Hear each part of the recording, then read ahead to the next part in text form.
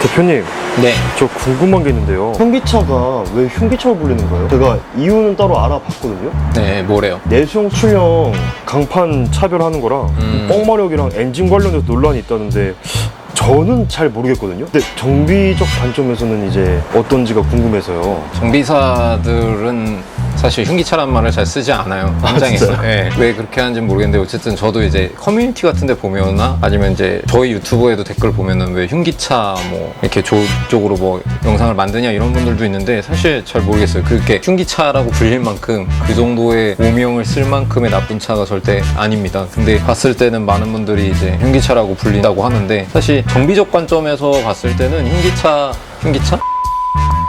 현대기아차는 상당히 경제적이라고 보여지고요. 왜냐면 이제 당연히 수입차에 비해서 저희는 이제 수입차 비엔벤츠 포르쉐를 많이 하다 보니까 그런 수입차의 같은 부품을 교환하는 거에 비하면 거의 한 반값밖에 들지 않는, 그리고 호수 하나를 갈아도 뭐 지금 BMW 3 시리즈 하나도 지금 밑에 기다리고 있는 것 같은 경우도 부품을 시키면 이틀 정도씩 걸리고 막 이런단 말이야. 빨리 와도. 근데 이제 현대기아차 같은 경우는 금방 공수가 되고 금액도 엄청 저렴하죠. 뭐 워터라인 호수, 상호수 같은 경우 하나가 이제 현대기아께 보통 10,000원에서 15,000원 사이인다고 한다면 지금 시킨 BMW 5 시리즈 같은 경우가 아까 한 6만원 좀 넘더라고요. 그러니까 그만큼 한 5배 이상 차이가 난다라고 볼 수 있어서 부품값만 해도 이렇게 부담이 되는 차인데 사실은 이게 경제적으로 좀 여유 있으신 분들이 타면은 더 좋지 않을까 이런 생각이 좀 하는기도 하죠. 그리고 얼마 전에도 제가 이렇게 많이 이제 기업 오너분들이 많이 물어봐서 차를 추천을 해달라고 많이 하시는데, 예전에 뭐 서울에서 IT 사업을 하고 계시는 회장님이 S클래스랑 G90이랑 이렇게 갖고 되게 많이 고민을 하시더라고요. 그래서 저는 개인적으로는 G90 차가 좀 더 낫지 않겠습니까? 이렇게 해서 구매를 하셨고, 근데 이제 도산도로 쪽에서 사고가 나셨거든요. 벤츠 E클래스랑 이제 G90이랑 사고가 났는데 회장님 차는 멀쩡했고 벤츠 차량이 좀 더 파손이 심했던, 그거 보고는 이제 회장님이 SNS에 이렇게 사진 찍어갖고 올리신 다음에 그거에다가 태그를 거셨어요. 김 대표 말 듣고 이제 G90 산 게 잘한 것 같다 이렇게 하셨는데, 만약에라도 G90이 더 많이 부셔졌으면 욕을 먹지 않았을까 이런 리스크도 있었을 것 같은데, 아무튼 튼튼한 차입니다.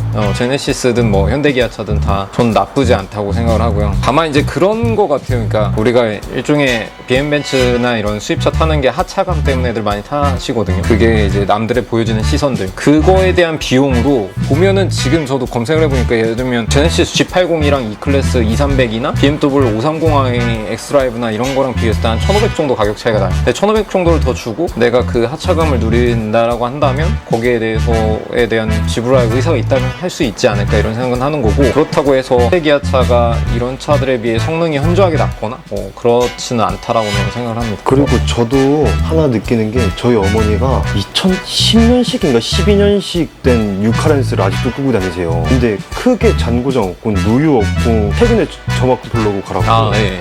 그리고 기껏 해봐 엔진오일 몇 번 갈고 하는데 뭐 잔고장도 없고 뭐 잡소리도 없고 하는 거 보면 굳이 제가 더 비싸게 주고 비엔벤츠를 가야 되나 싶은 생각도 있었고요. 그것들이 차지하는 가치를 그쪽에 좀 더 둔다면 제네시스나 현대기아에 나온 그랜저나 이런 걸 사기에 되게 좋지 않을까 이런 생각을 하고요. 근데 그게 아니라 아까 말한 것처럼 승하차감이 또 중요하다라고 한다면 사실 비엔벤츠 쪽에 있는 수입차 계열로 가는 것들이 많지 않은가 이런 생각을 해요. 근데 그 현실적으로 많이 생각하는 게 오일 하나를 갈더라도 국산차는 더 그 오일에 맞는 스펙을 가진 오일들이 종류가 다양해요. 그래서 뭐 내가 합성유를 고른다고 하더라도 심지어 가격이 그렇게 많이 올라가지 않는데, 수입차들 경우에는 신형이 나오면서 엔진의 그 특성에 맞는 오일들도 다시 개발이 되다 보니까 그런 승인을 받은 오일을 또 찾아서 꼭 넣어야 된단 말이에요. 그러면은 사실 정비 비용이나 이런 부분에 대해서는 좀 부담이 되실 수는 있죠, 소비자들 입장에서는. 그래서 오너 드라이버로 사시는 분들이 있어요. 대표이사분들이 직접 제가 운전을 하시거나 뭐 회사에서 뭐 비용 처리가 된다 하더라도 그렇게 하시는 분들의 대부분이 사실 과거에 좀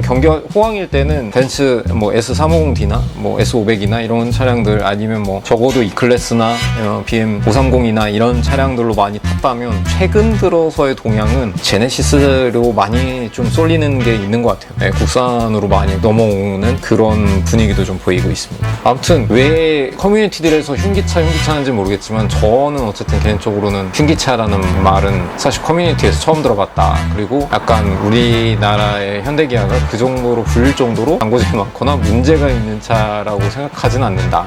예를 들어서 그런 건 있었네요. 그런 분들이 댓글 하나 생각나는 게 있었는데, 아반떼 제가 MD를 사회 초년생들한테 많이 추천하는 영상을 2번 정도 올렸더니, 아반떼 MD 이제 GDI 엔진이 오일 먹는 현상이 있어요. 그래서 이걸 가지고 리콜을 해주기도 하고 무상 수리를 해주는 것도 있어요. 10년에 16만 킬로까지 해주거든요. 근데 이게 그 안에 돼도 잘 안 해주더라. 근데 왜 이런 걸 올려서 사회 초년생들이 이상한 차 사게 하냐, 이런 분들도 계신데, 사실 전 역으로 이제 제가 이 업에 있어서 그런지 모르겠는데 10년 안쪽에 16만 킬로 안 넘은 차량들을 많이 사서 문제가 있으면 서비스를 받게 도와드리고, 그렇게 해서 차를 최소한 다음 차로 넘어갈 때까지 적게는 4, 5년이고 길게 6, 7년까지 타시는데 문제없게 도와드리고 있어서, 그런 관점에서 제가 말씀드린 건데, 어떤 분들이 좀 약간 오해하신 분들도 있었고, 또 하나는 그렇게 글을 쓰시거나 남기신 분들이 그런 것 같아요. 왜냐면 저도 그렇지만 어떤 현상이 있을 때 내가 겪은 일이 대부분의 일반화가 되는 거잖아요. 그러다 보니까 내가 아반떼를 타봤더니 이렇더라, 그러면 모든 아반떼는 그렇지 않겠냐라는 것처럼, 물론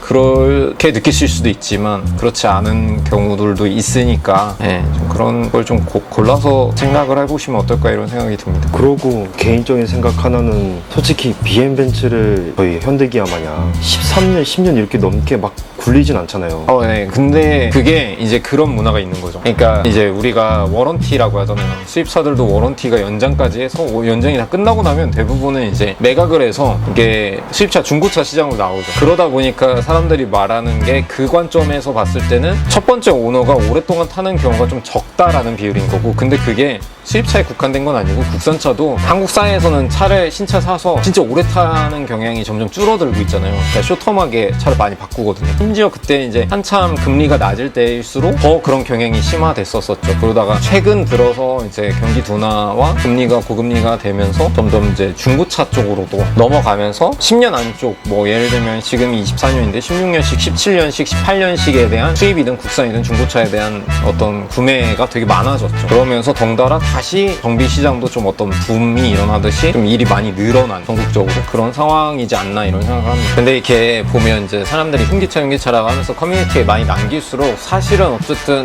부정적인 얘기라도 바이럴이 계속 되는 것 같고, 그만큼 많은 사람들이 그 차에 대한 경험을 갖고 있다라는 거는 그 차가 그만큼 많이 팔렸기 때문이지 않을까, 이런 것을 반증하는 것 같기도 합니다. 어쨌든 결론적으로 정비업계에서는 흉기차라는 말을 잘 쓰지 않고, 그걸 인식하면서 흉기차가 정비하러 들어오네, 이런 건 없습니다. 그러니까 오해하지 않으셨으면 좋겠습니다. 아무튼 오늘 내용도 도움이 되셨다면 구독과 좋아요 부탁드리고요. 혹시 궁금한 거 있으면 댓글로 남겨주시면 제가 이제 정비사의 생각이나 이런 걸 좀 더해서 이야기 드릴 수 있도록 하겠습니다. 안녕.